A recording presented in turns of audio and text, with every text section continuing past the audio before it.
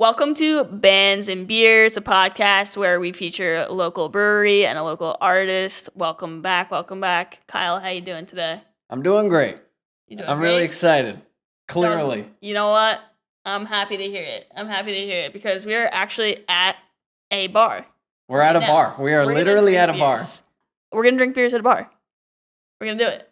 We're going to do it. That's crazy. On the podcast. On the podcast. It's super wild. It's very exciting. Kyle, what'd you do this weekend? Did you maybe do the same thing that I did this weekend? Yes. Should we talk about our collective weekend? Sure, yeah. Let's do that. Get right into it. Let's go. Weekend update with Nikki and Kyle, who always hang out.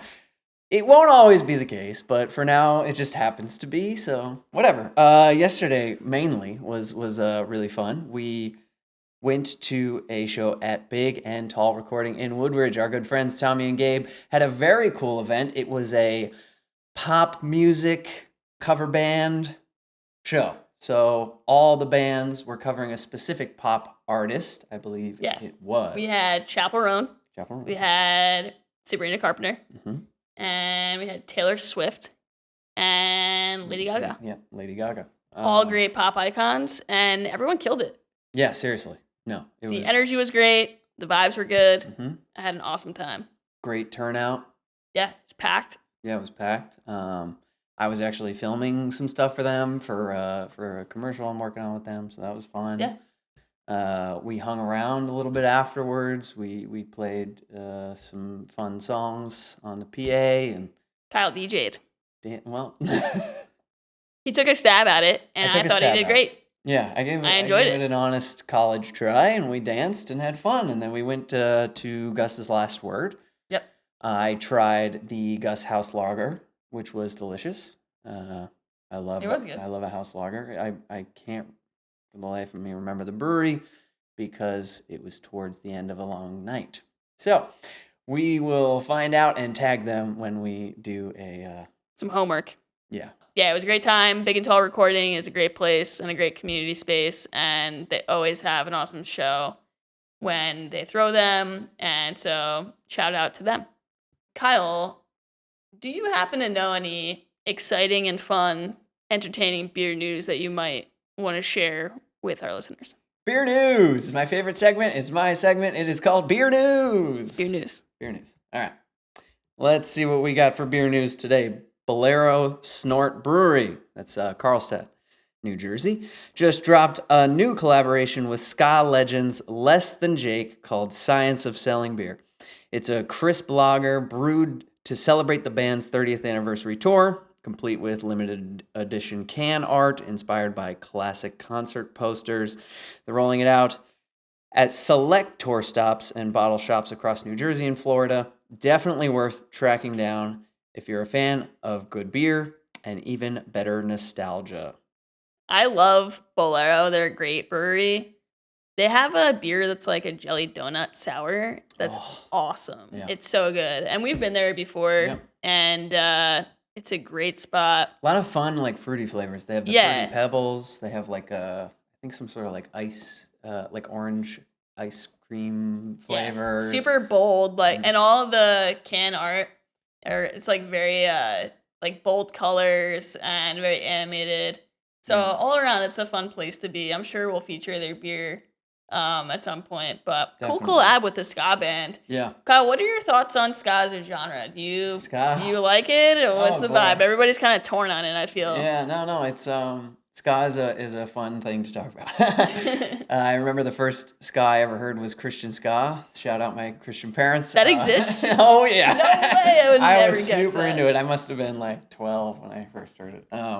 Anyway, and I thought it was so cool. I was like, I've never heard anything like this. It's so fun and so cool. And then when I was 16, I got to go to a ska festival at Starland Ballroom. My much older sister's boyfriend was like, I'm going. You want to go? Catch-22 was performing, who was the only band I knew, just because I happened to know one album. And I was like, sure. And he had to be 23. What an experience. I was skanking with some serious ska heads, and there was so many good ska acts. It was like a all-day festival. It was really, really fun. And that's the last time I saw ska live. That's yeah. Listen, It really died out. I feel like it was a really good thing to be into as a teenager because it's like so fun and dancey, and you have so much energy when you're a teen. So it's like the perfect genre to bop around to. But So, there was a bit of what I could tell of ska resurgence, especially with Jeff Rosenstock when he started making right. ska music again, because he had dabbled in it in the past. Round two. I remember a lot of my friends were like, "Ska is back, baby," and this wasn't even that long ago, probably 5 years ago. Yeah. It's fun. I think, no matter how you feel about it, it is a lively, upbeat genre that can put you in a good mood if you're open to it. Yeah. So, very cool. Well, thanks for your beer news, Kyle. That was a good story. Should we get into our featured brewery for today? We gotta. Let's go. All right, cool. So this one's really, really close to where we are physically located right now. This is Ghost Hawk Brewery in Clifton. I love going to this brewery. It's awesome. It's pretty big, so there's a lot of space, and it's actually right next to a distillery called Silk City. So it's a cool place to go because if you feel like having some beers and then you want to switch to cocktails, you can kind of move around as you go. Other way around. Liquor before beer. Come on. That's not real. You think that's real? That's totally real. 100%. I feel like that's never. I mean, I know that's a saying, but for me, I've never had that issue. So maybe I just count myself lucky. I've seen you have that issue, Nikki. It's all coming out. Oh boy. No, I have a theory. We'll do this very briefly. In my opinion, the way it works is alcohol hits you faster when you're consuming liquor because it's a higher. What are we talking about? We're talking about shots, cocktails, very small amount of liquid, but high alcohol by volume, right? Yes. So you're just you can pound them so much easier. So if you've been drinking a lot of beer and now you switch to an even faster increase of alcohol intake, your body isn't able to process how drunk you're getting. You get way too drunk way too fast. That's my theory. Fair enough. That sounds like science to me. It's definitely science. Our scientist, who is not a scientist but actually a chemist, and apparently they're the same thing, but I don't buy it, is here. What do you think? Should we bring up our chemist? The same thing. A chemist is a type of scientist. Thank you. All right, Chemist Grady, give us the rundown. Is what Kyle is saying, is it true or is it false? So I'm in support of his hypothesis as a scientist. But as a scientist, I think the only honest way to prove the point is to experiment. That's such a diplomatic answer. Oh, no. That's a very sound theory. I agree with that. Okay, thank you. Thanks, Grady. Appreciate your expertise. Appreciate it. Cool. So yeah, the brewery is great. Again, it's in Clifton, and it was established in 2016 by Clifton natives, and it has been a staple in North Jersey breweries. The name Ghost Hawk serves as a heartfelt tribute to the owner's younger brother who passed away in 2016. The brothers shared a deep appreciation for red-tailed hawks, often encountered during their family hiking trips and camping trips. And after his brother passed away, he was frequently observing hawks around, I guess, like in his life. So really cool tribute to his brother. And it's always awesome to learn more about these breweries because when you go to them, you have some beers you don't really know why they were founded and the story behind them. And that's a really, really special story that we're able to share here. All right, so today we have a beer called Updraft from Ghost Hawk, and it is a Maibock. Kyle, do you want to pour it out for us? I do. Awesome. I'm very excited. I really like the artwork that's on the can. It's really beautiful. And Yeah, it has the hawk. The Yeah. red hawk. Yeah, it's gorgeous. very cool can. Let's see if Kyle does better on his pour this time. We don't know if he will. He's doing his best, all we can do. I'll do yours as well. Thank you. What a great friend. Make it Great easy for you. co-host. Great co-host. Great friend. Mhm. Okay, beer pourer. We're getting better. All right, let's look at this guy. Yeah, it's very awesome color. I like it. Yeah, it's pretty amber Beautiful. color. Yeah. Check it out. Cheers. Cheers.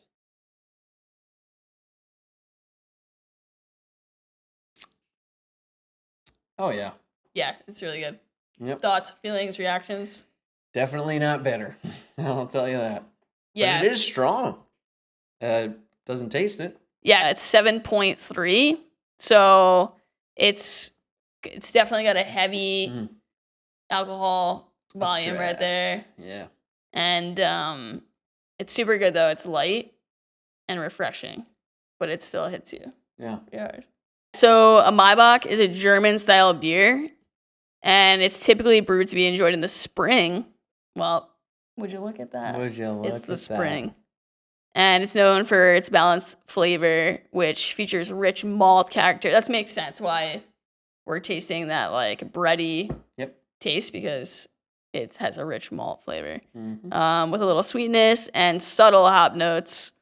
And they're brewed with a lighter malt bill, including Pilsner, Vienna, and Munich malts.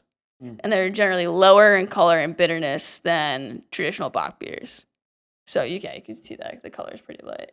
So this is a good one. I don't think that I order Maibocks often. I think I maybe had one other time, but they're really good beers and they're solid and like a reliable beer, and that's what I'm getting from this.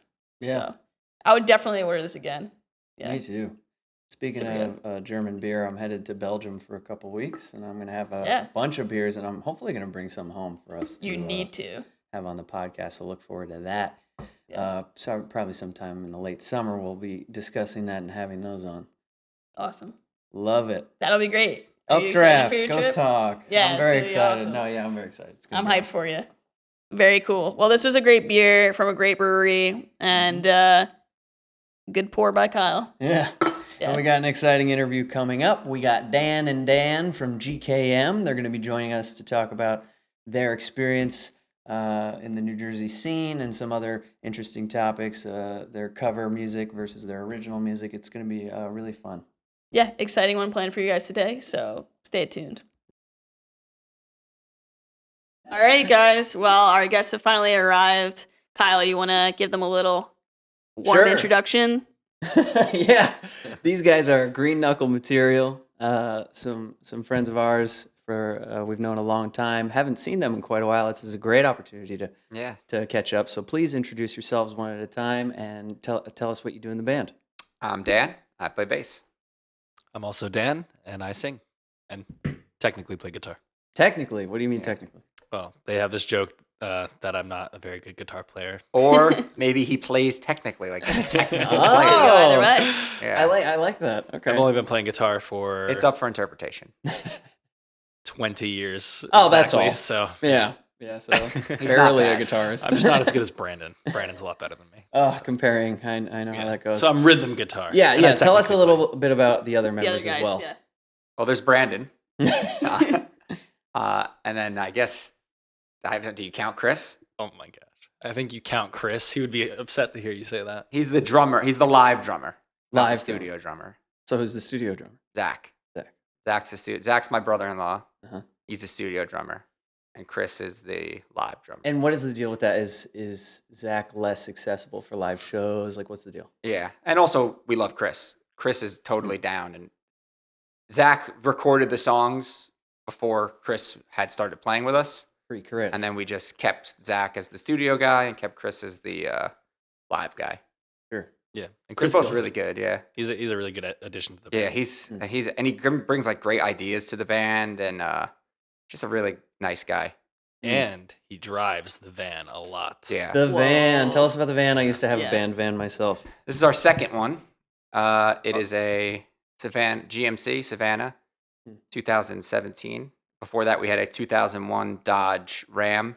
R.I.P. Classic. Yeah, it was a Passaic Community College van, and didn't have a lot of miles on it. It's just like the bottom rusted out. Bummer. Dan probably should have died a couple times driving it. His name was Lucky. He was a fantastic van. He did leak. How did you guys Pretty acquire severely. this? I bought it from a cop who bought it at auction probably for $1, and it was like $3,000 for the van, and it had like 40,000 miles on it. It literally had a hole in the floor. What? Like in All the right. floor. So this is the So it was super loud. Like you couldn't hear anything. Like when you were This is driving. such a classic other than the van. van. And then The leak was so bad that like any time you made a left turn, If like it the was person on raining? the passenger seat got downpoured, and then if you made a right turn, the driver got down. We used to keep a pot under in like between the two seats. My to tip catch bucket. it. Yeah. Our tip bucket didn't get a lot of money, but it sure collected a lot of dirty rain. The way it went out was like a little maybe a little worried about Dan because the tire like turned and it was like on its side. The car was almost undrivable. And he never was like, he was never like, I think there's something wrong. It was like we were getting ready for a road trip. And I was like, hey, you should take the van for an oil change because he was keeping the van down at his place in Northfield for the summer. So he took it for an oil change. Still, never once was he like, I think something's wrong. He took it for an oil change and the mechanic was like, what is wrong with you, dude? Like, this car is undrivable. I'm pretty sure this is totaled. He's like, we're not even going to move it into the garage. And I was like, I mean, in order to, like, I was able to go straight. Of course, I'd like hold the wheel, like literally like this. Yeah. Like I had to hold the wheel fully That is 90 crazy. degrees to go straight. And I was like, it maybe just needs a little alignment or whatever. That's all. But Just a little tweak. Yeah. I also That's love all. how when we use the tip bucket as the rain catcher, it was also simultaneously the garbage can. So it was Did like everything. you're Oh, just throwing trash. throwing trash in it, and then it was getting rained on. Trash floating in this like still water It's inside like of Dunkin' it. Donuts receipts. God. Oh my I gosh. miss that van. That was a great. It was a little bit longer than the van we have now too, but I like the van we have now. It's it's newer. It's got a backup camera. It's important. It runs. What I will say though, Lucky had the most comfortable seats ever. Yeah. Like you could not stay awake if you were lying down on the seat. I still have two. I took two of the benches and kept them in my The garage. seats in this No current way. van suck. Yeah. They're terrible. That's They a don't good idea. suck, They're but they're so just, bad. by Can't see it. comparison. It's like you like the memes from the school bus where like every time you hit a bump, like your head goes through the roof. Yeah. That's this van. It has like no shocks. The seats are like not comfortable, and every time you like hit any sort of crevice in the road or a pebble, even Flying. you're like popping out of your seat. Yeah. And Crazy. but it Well, runs. Yeah. That's the key thing. And has a radio. That's Yeah. No nice. leaks. you don't have to talk. Oh, like you don't have to talk over the roaring engine. We would shout to one another. Yeah. Yeah. Kyle had a van for a really long time that Yeah. I know you loved. What kind of van was that? I forget. It was a Ford Transit Connect. Mm. Like the 150 or whatever. It was a small one. Those also have really bad seats. Yeah, terrible seats. Yeah, where the Uh, seatbelt sticks out and just like Yep, stabs you in the back. The seatbelts also would get destroyed really easily because of the way they would get stuck in the door. It was Right. awful. We've rented a Transit a couple of times. We rent it. It's nice to have like a taller Yeah. thing as opposed to like a longer, especially if you're like going to cities and you need to like park on the street or Mhm. something, and like it's. It was nice to be able to stand up in the van. Yeah, Like, because we've standing. rented the Transit when Lucky broke down. We had a show out in Massachusetts that weekend, so we had to rent a Transit, and it was nice. Like it had like, it was a brand new Transit, all the bells and whistles, and you could stand up in it. But the seats are just uncomfortable. Yeah, they're terrible. And you got if you're gonna be in a van for like 6 hours, Yeah. you got to have some level of comfort there. I want to bring it back to the top and ask you how you got your band name, because Green Knuckle Material is so It's unique. specific. So can you tell us a little bit about that? No, you can't. It's a big secret. No, we don't know because we weren't there when it happened. Oh, okay. The two guys two of the guys that named the band from the original lineup, they're not in the band anymore, and they named it. And Very we've interesting. Never got the chance Yeah. to ask them. Talk Yeah. to us about tell our viewers kind of how the band started and the evolution of like how everyone met and like came and went. There's been so many iterations of the band. Sure. The band proper, as is, which is like really me and Dan, started the same day I met Kyle. I was having a basement, like acoustic basement show in my apartment in Garfield. We used to call it the cafe, and we would do like free ice cream, Danny's Dream Cream, we used to call it. Mm-hmm. And Oh, that's right. yeah, I forgot about that. I had found Kyle and Olive in the Pits online, and they were looking for shows. I was like, hey, you guys want to come do a show at my house? It was cool. Like I had all my friends came out, and like we had a good crowd all the time. And I had also like the old rapper we had in the band had quit, and my guitar player was like, hey, I'm not going to do any work, but if you put the band back together, I'm still in. And my cousin, who was the drummer, was like, same thing, like, unless, maybe do something else. And then I invited Dan over because we were in the same fraternity in college. I was older than him. I knew he played guitar. I was like, well, okay, I could use another guitar player. Like, I was the singer in the band. And so he came over before that show, and we were just jamming a little bit earlier. And then he sang me he was like, I sing too. I was like, sure thing, kid. And he sang like an Ed Sheeran song, and my jaw just dropped. And I asked him to be in the band right there. Yeah. And that's how I like this. Like, that's how modern day, like, GKM's been around like 10 years. The guys that started the band were in it for a few months. And what that band was before Dan joined, and even like in the few years after it, it's changed so much. So like that was the starting point of GKM, and then it was kind of reborn really right before COVID when we decided to go with no rapper because our rapper had left the band. Our second rapper had left the band, and we were like, all right, let's just be a band with a singer and just have Dan be the front man of the band and like really push that. And that started right before COVID. That was when we got that first van, and then we got hit with a pandemic. And then we kind of came out stronger on the other end of the pandemic, and we were like, all right, let's start doing cover shows and making money and financing the band and working with good producers, which is what we've been doing. We've been working with really great producers and putting out really good quality stuff. Yeah, I was listening to your stuff this morning, actually, re-listening, and the production quality is so great. Like, that's Thanks. the first thing that really hits you when you listen to it. Can you tell us what studios you've recorded at and who you've worked with that you really like? So we work with two producers, Kyle Black, who I don't know if you know who that is. He does like State Champs. He's like their main producer. He's mixed for Paramore. Like, he's a big time producer. We worked with him remotely on a couple songs because he's out in LA. And then as we were working with Kyle, we co-wrote a song with Greg Shields. He's the singer from Cashed Out, and he's our current producer. And then he got us involved with his mix engineer, Josh. And that's our current team. So it's like Greg, Josh, my dad, and then the band.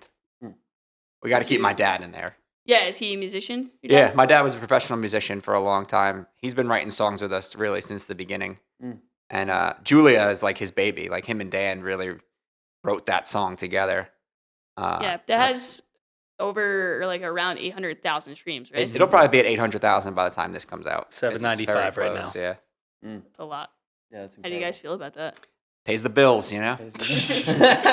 Raking it in. Yeah. Definitely does not pay the bills, but It's it is paying some it is- bills. It is cool. It pays a couple bills. Yeah. Sure. Whenever we just went on a little tour, and we actually had people come out in other states for the first time to see us, which was really, really cool. Because last time we went on tour, We were They're- support. yeah, and there was just nobody there for us.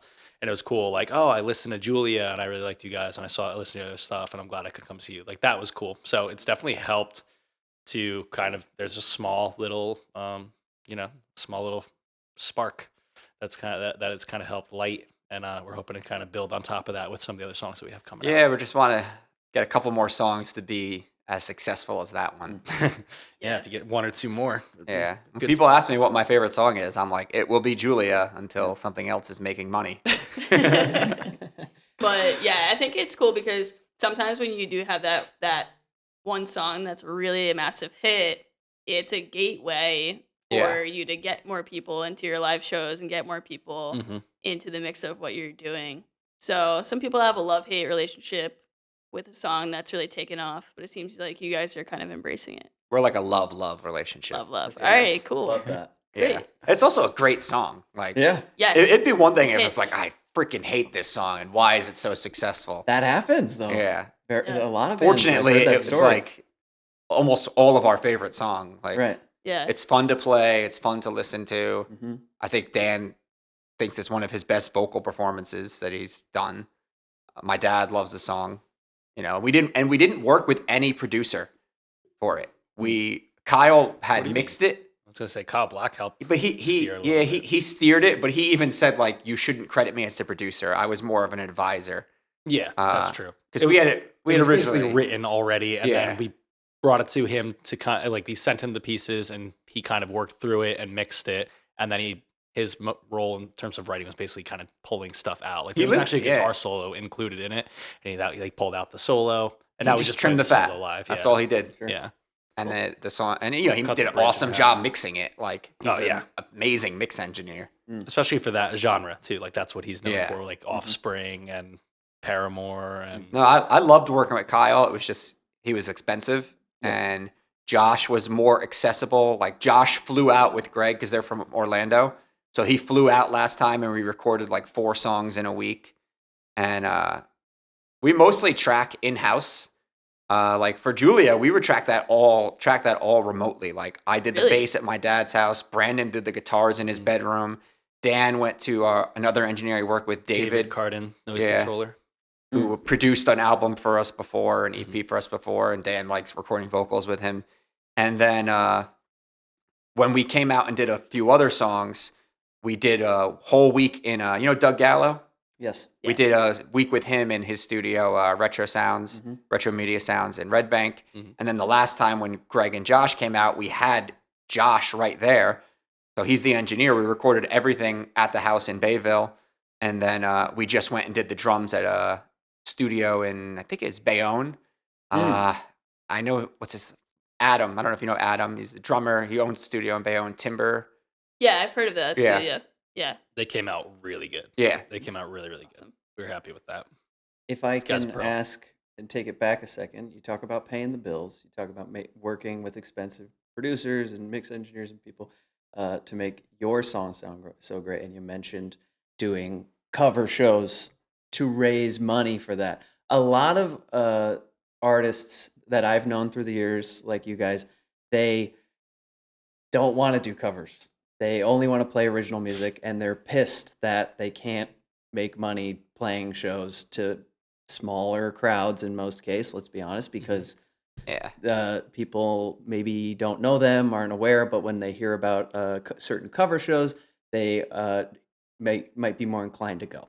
So talk about that decision, what it's meant for you, what you would recommend to anyone who's like, I don't want to do covers. Do you recommend it? Talk about that. Well, for me, it was a pretty easy transition because I was already playing solo acoustic basically Yeah. since I started with the band. I joined the band, then I was like, oh, I could also do this solo acoustic. And so I started that when I was like 19. So I started just playing bars at restaurants and private events and things like that and developing my repertoire and all that good stuff. And, it was a lot of fun. It actually helped, pay for a lot of my college and everything. Wow. So then I was doing that solo, and then we were doing the band original, but then we weren't making any money. So I was like, well, we should do cover gigs. Like I'm making XYZ. We could make, way more as a band in some cases. So that's pretty much how we made that transition. And so I didn't have like an ego problem with that. I don't mind playing cover songs, other people's music, especially because I love when crowds are really into the music and people are into what they know. So it's cool to have a crowd and they're all singing along. Yes, it's cooler if they're singing along to your songs, and that's ideally the goal one day. But it's nice to be in that environment and play a club in NYC and have everybody be going nuts. That's a lot of fun. Yeah, I was like that, like you described. Like I did have an ego about it at first, and he started pushing it early on. Like when he first joined the band, I was like, nah, we're not going to do that. And then like after COVID, we really like made a 180 on what we were going to do and how we were going to think about the band. Like, so we had the van and it was registered to me. We didn't have an LLC yet. And then like COVID hit, so I canceled the insurance, and then I never like returned the plates because I didn't know that was a thing you had to do. And then I lost my license for like 2 months. Luckily I was working remotely. And then I was like, all right, we got to start like a business and actually do this the right way. And then we started coming out of COVID. Like those were the shows we could get, was like a local show, like doing covers for his like town, like their like summer concert series.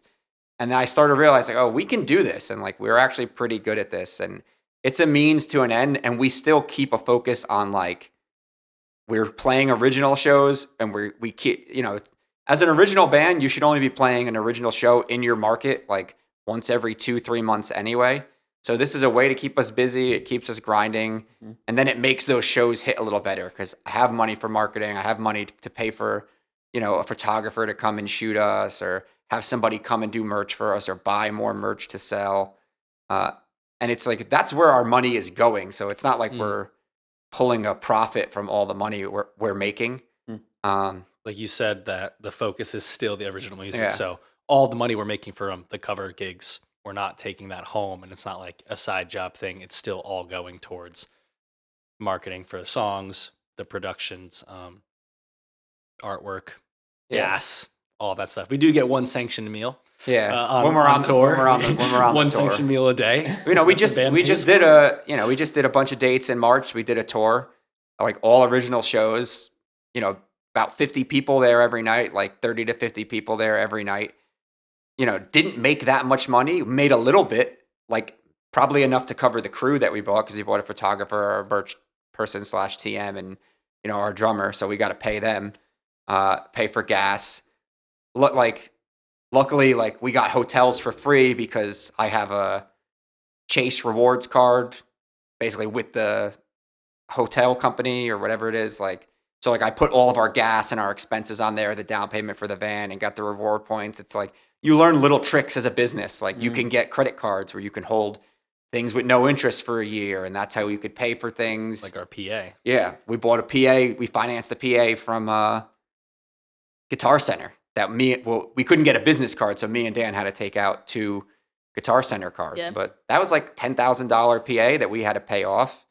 But it elevated our cover game. Yeah, we got some really good sound now. And then we have a PA that we can bring anywhere and play anywhere, and even an original show. It helps to have a really nice PA. And you sound exactly the way you want to sound. Yeah. Every time. Mm-hmm. Yeah. Those gear cards are, this is not sponsored, but those gear cards are great. They're awesome. They are good. It's really so helpful to be able to finance something, especially like, if as a musician, like, you don't have the cash up front, and the fact that they do allow you to do no interest is massive. Yeah. And it can really make or break your sound. So, Yeah. like, I remember when I graduated college, I really wanted a Nord keyboard. Mhm. So, I financed with them, and otherwise I wouldn't have been able to get it. So it's great. That really helps you out as a band when you have options like that. And it seems like you guys are pretty organized and have your finances together. And speaking of you guys being organized, I know that you organized a festival, the Bayville Festival, a few years ago. Can you tell us about that and how that went and the idea behind it? So this is the first year, besides COVID, that we're taking a break off for a couple of reasons. My wife is having a baby in the Congrats, summer. man. Congratulations. So Awesome. I was Yeah. like, well, I'm not going to do this festival this year because it's a lot of work. Yeah. And then last year, we definitely lost money, more than we were comfortable with. But before that, it's always been a pretty good thing. We started growing, and then we grew a little too fast. Like, we took some risk last year, but I don't regret it. Like, that's how you're building a brand with the festival. Well, so. what's cool about it is that it started in your backyard. Yeah. In Bayville, at your Bayville house, and it was a small show with, all local bands. And then we had a successful festival at the same place Yeah, B2. a year ago at B2, where you had, national touring acts playing. And that was successful because that broke even. So we took a little bit more risk the following year, and it just didn't pan out the way we wanted to. But there are some things like the weather and factors you can't really control that all factor into Other that. So, bands playing on the same date, like within the same genre. yeah, the radius issue. Yeah, where it's like, because like the 2 years ago, it was like, we probably could have made money, but of course, like, Streetlight Manifesto's playing at the summer stage, and like, that's kind of a similar crowd, because we had Badfish and Ballyhoo as our headliners. Like, they're a little smaller than Streetlight, so we probably lost some there. And then we had A free show from, was it Badfish? Or- Badfish has a free show the same day as our Oh, festival God. last year, so it's like, Yeah. And that was a lot of the people that went to the festival the year before that probably would have came back. We still like we had Badfish. we had good attendance. We booked double the amount of headliners, and it didn't pan out. Probably because of a few factors. It was like double the amount of headliners with, a little more than half of the attendees. No, I think we had almost the same attendance. Really? Yeah, I think no, maybe- the year maybe- before we had 700. Was it that much? I don't think That's so. a lot. 7:30 the year before, and then I think it was 5. Was it was it 7:30, and then I think this year was just over like It was like 4 mid-fours. something, yeah. mid-fours. Still a lot of people for like an Yeah. independently I mean, organized festival. Outside looking in, you'd be Yeah. like, "Wow, awesome festival!" No, and They it was did a run great really job. well, and You know, it was harder to run this year because we weren't as some people took advantage of some things with the green room and stuff Mm. that kind of left a sour taste in some of the headliners' mouths, but it didn't bother me as much. But it was if you're a customer coming to that festival, people really enjoy it. Like there are people that messaged me like they were upset that it's not happening this year. I was like, we're taking a year off. Like we just had to buy a new van.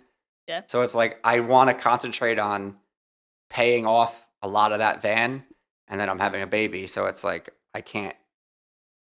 I can't be focused on so many things at once. Yeah, you don't have the bandwidth for all that. Yeah. and maybe taking the year off, it'll create a little bit more demand. You know, comes Yeah. back around. Yeah. And maybe we'll bring it back with like a new brand, new location. Maybe move it out of Bayville. Mm. I would love to move it to Asbury, but the summer stage is seeming impossible to move it to. That's my goal eventually, is to get to the Stone Pony summer stage with the festival. So I was telling the guys earlier that my first job really ever, I think I was a junior in high school. I worked at this music venue that maybe you guys know since you've been playing for so long. Do you remember in Butler this place called Architect Music? No. You never played there? Never played. We just played. We this. just played the the Sanctuary. Sanctuary, Oh, yeah. yeah. Then yes. yeah. Yeah. We just played. I was like, I know it because we just played there, but we it's just now the did a Sanctuary. show there at But the that end was of our the tour. first time you'd been. I assume. Yes. Yeah. Okay. Yeah, so I think they allow the Sanctuary to use their space. Yeah. But that's what that Matt was actually saying. was when I was like 17. That was like a brand new local business that was hiring teenagers to work rock shows, which was an absolute dream for That's an awesome. emo teenager. So I used to work the door at that music venue, and I met Henry when I was like 16, 17 years old, and I just like remember him making such a big impression on me, and his band always just had so much energy. It wasn't Keep Flying. It was his first project that he was in. I'm trying to remember the name of it. I don't know. I'll have to look it up. Survey says. Yeah. Yeah, it was this band. Yeah, his band was called Survey Says, and they were like the most energetic, fun ska band. And I remember every night that they played, it was so refreshing because most of the bands that we had were like really like rough, like Heavy metal music. distortion. Yeah, and I was 16, 17, can't. Now I have more of an appreciation for that genre, but when I was younger and a teenager, I didn't. So I really was always like hyped for the ska nights when he would play. Yeah. So he's a great guy. You guys are playing with June 6th. him, Yep. June 6th Wonder Bar. at the Wonder Bar. Yeah. Oh, I love that venue. Mm. Us too. I think Yeah. that was Jigs. funny. My favorite venue first was ever the sold-out Shame sold-out Shack. We don't need to go into all that. We'll I cut think that. we should. We haven't talked about the Shame Shack That was yet. the first show we played as a band. Okay, then we Was have the to Shame talk Shack? about it. Yeah. Yeah. Kyle, tell us about the Shame I wore a Shack. grout That's fit. how I Yeah. met Kyle too. Yeah, please tell us. I was hoping this would never come up on the podcast, but It needs to. It's time. for a couple of years back in my parents' house in Franklin Lakes, where I grew up, I hosted shows. We called it the Shame Shack, just a basement venue. Some really good times. Met a lot of people. A lot of the connections that I have nowadays are because of those shows and those experiences. So you guys mentioned before that you know, we were talking about Wonder Bar, and there's so many iconic places to play in New Jersey, and I think that we have a really unique music scene here. I'd love for you guys to share about how you've experienced the New Jersey music scene personally and how that's impacted your opportunities and even your sound. For me, I've been so involved with it for so many years, like hosting shows. I would go to New Brunswick and meet people with houses, and then start throwing shows there. Then like evolving to smaller venues, and then bigger venues with national acts, and kind of just taking all the stuff that I do now, like on the promoter side or booking side, because I also do like booking and promotion for a venue in Maryland. Like a lot of those things that I learned from DIY scene and like starting to throw shows in backyards and basements. And that's really how I got started. Building like a little mini second side hustle career doing booking and stuff. It helps the band. I'm always pushing our band and our project forward first, but it's also nice to be able to book and make a little bit of extra money on the side, doing stuff like that. And I have the New Jersey scene to thank for that. It taught me a lot. There's definitely a big difference as you go up in levels of the bands that you're working with. Just the expectations from the bands of like, they want to have a sound check. They have to have a load in time. There's something called an advance. Bands have riders. Like you don't have that in a local show. You just show up and play. And we kind of got a little taste of that when we played at the Sanctuary. We played with 3 great bands, Human Zoo, The Spins, and Waylaid. We sold out the Sanctuary, and there's only like 120 people, but still, like that's a group effort. Like the other bands kept congratulating us as the headlining band, and we were like, you have just as much to be proud of for this show because you contributed to this. Like we couldn't sell that out without them, and vice versa. Like we did that together, and that was a really cool thing to see. Like local bands come together and do things for each other and with each other. So it's definitely shaped me as a person and a professional. I don't know that it shaped our sound too much because I feel like we sound a lot different than a lot of the New Jersey bands. I don't feel like we fit into exactly the Jersey style of music because we're doing our own thing. But you could let me know if you disagree with that. Yeah, so we talked about favorite venues earlier, and I jokingly said the Crypt, which is a New Brunswick house show venue that we played, and we joked that it's our first ever sold out show because it was like there was like I don't know, it was 400 capped. They capped the show, and it was just your classic down and dirty Rutgers house show, and that was just the coolest experience ever. And to this day, I will take a show like that over any bigger venue. I love house shows. Where there's a guy literally, shout out to this guy who was blocking the microphone so that I wouldn't get rocked in the face from all the people moshing. Oh man. Wow. And it's so cool to have a scene like that where people are coming out specifically to see original music and they're there for that, and they have they bring those good vibes and that high energy, and that I feel like helped shape not our sound but definitely our stage presence. When you just kind of get lost in the zone, sweating in a basement full of crazy drunk college kids that are going nuts, and you can't hear anything, you can't hear your vocals, you can't hear the guitar. You're just like in this mesh of sound, getting just lost in the moment and ripping. That changes you as a performer. Like that is just, you go from total newbie to like, you get a level up when you start playing those house shows. And it's almost like a rite of passage. And New Jersey has one of the best scenes for that. So that was such a blessing. My first ever show with the band was at your house show. So I think I agree with Dan that it hasn't shaped the music so much in terms of the songs that we're putting out, but at least maybe now.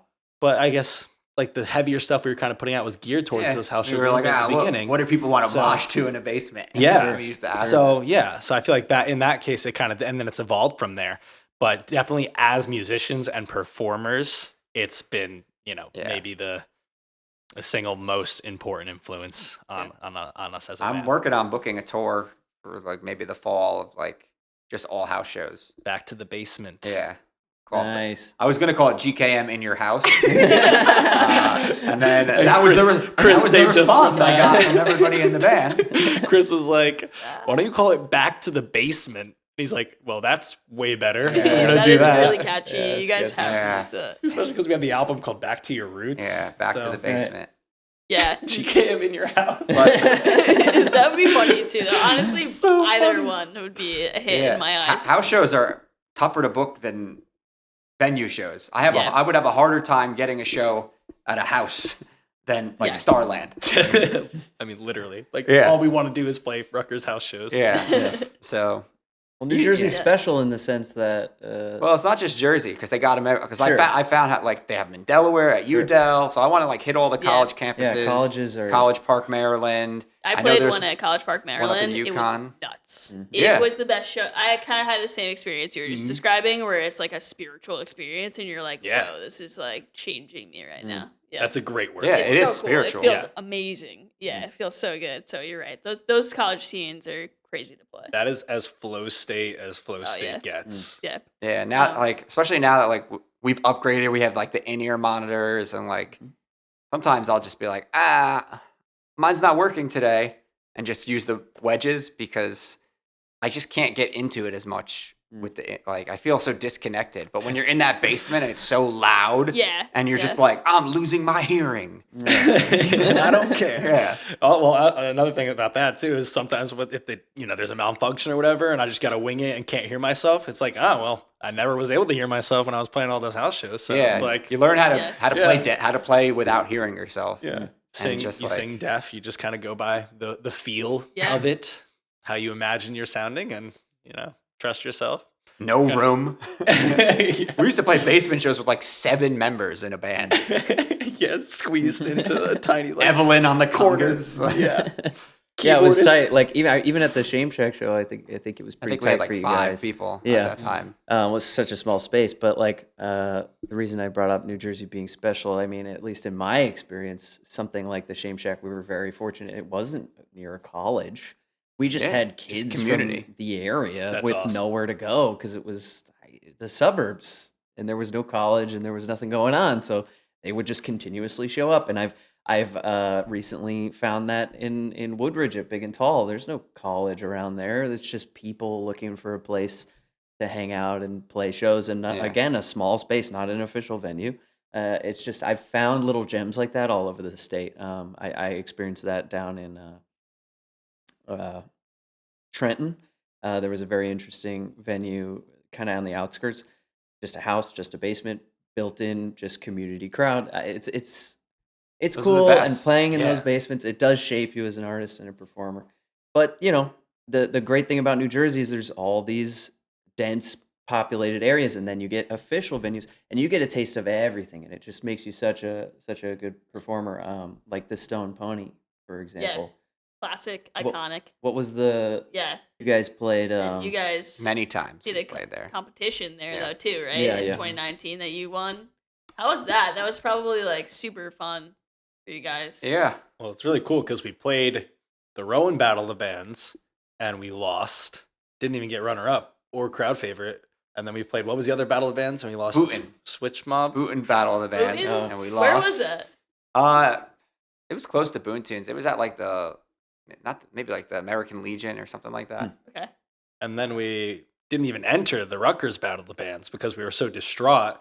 Then we picked up Brandon at Rutgers. Well, Battle we of the weren't. Bands pretty We much. were supposed to be there as I'm like joking, I'm to joking. warm up the crowd because our friend Evelyn was running it. And I played We like didn't go to solo Rutgers. acoustic. Yeah. And then Anthony, who was the drummer, recently left the band, but he came up and started playing on stage with me.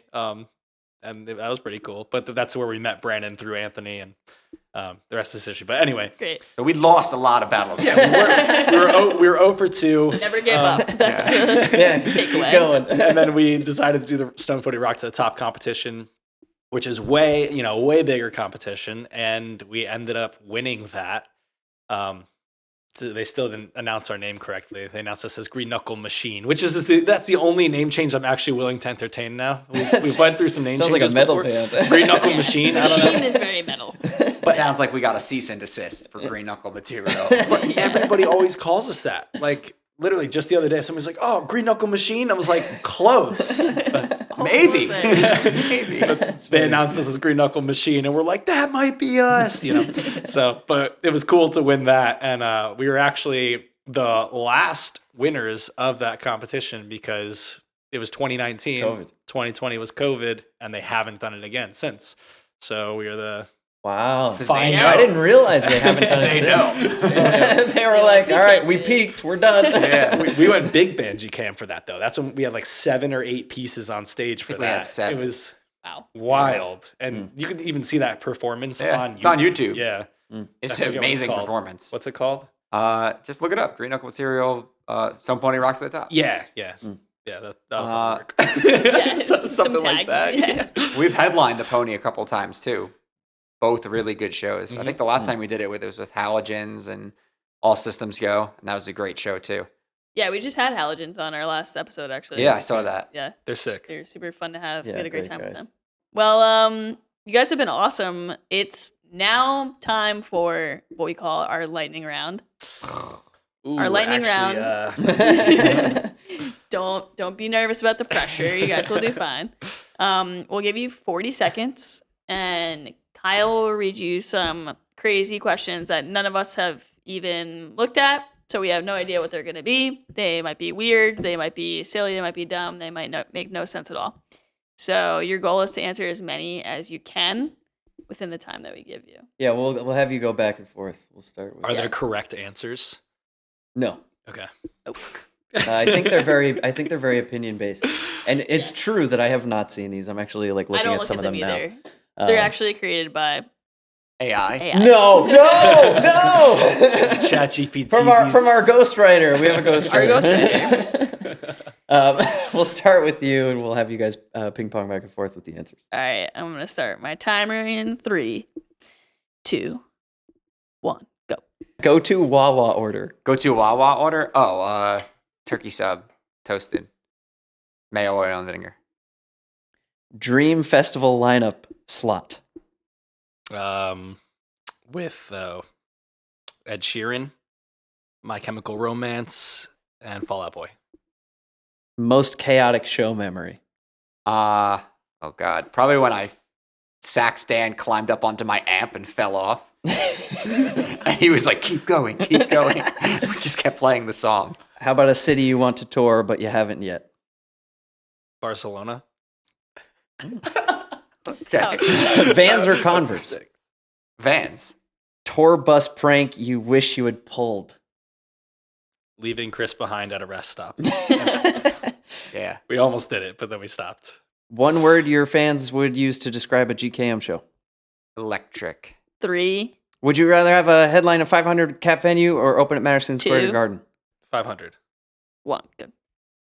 Well, you guys answered a lot of questions and you gave us some good responses. You didn't crack under the pressure. Congratulations. Yes. To wrap up, is there anything coming up that you guys want to chat about? I know that we mentioned earlier that you have a gig coming up that people can look forward to. Can you give us those details again and then talk about any possible music releases in the near future? June 6th, the Wonder Bar, where direct support to Keep Flying. They just released an album, and they are touring that album, and this is their Jersey date. So let's sell it out. Awesome. Very And cool. then future releases soon. Yeah, we've got Soon. some songs in Soon the enough. backpack that we're really, really, really excited about, and we're playing them live, and people are loving them live and giving us really good feedback when they're live. So we're excited to get them out. Unfortunately, we don't have the money to do that right now, but we're gonna get it, and then we're gonna get them out hopefully by the Yeah. end of the year. They're done, though. We have 4 Yeah, songs. they're donezo. Yeah. Any 4 songs exci- left on this album that haven't been released yet. You playing any of them at Wonder Bar? All of them. Well, Hey, no. Come to the Wonder Bar show. 3 out of 4 of them, probably. Yeah, man. Well, you guys have been so great. It's been a pleasure. Love chatting this with is you. fun. Thank Yeah, you for for having real. us. Thank you, Green Knuckle Material, for coming. And to our listeners, thanks for tuning in. If you enjoyed this, please like, comment, subscribe, and we will see you next time.